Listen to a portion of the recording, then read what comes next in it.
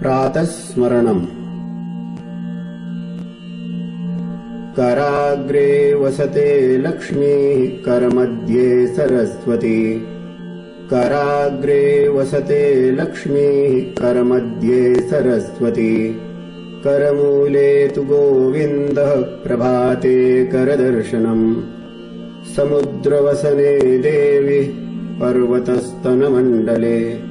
विष्णुपत्नि नमस्तुभ्यम् पादस्पर्शम् क्षमस्व मे। ब्रह्मा मुरारिस्त्रिपुरान्तकारी भानुः भूमिसुतो बुधश्च। गुरुश्च शुक्रः शनिराहुकेतवः कुर्वन्तु सर्वे मम सुप्रभातम्।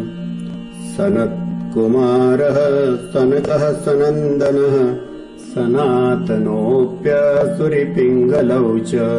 सप्तस्वरा सप्तरसातलानि कुर्वन्तु सर्वे मम सुप्रभातम्।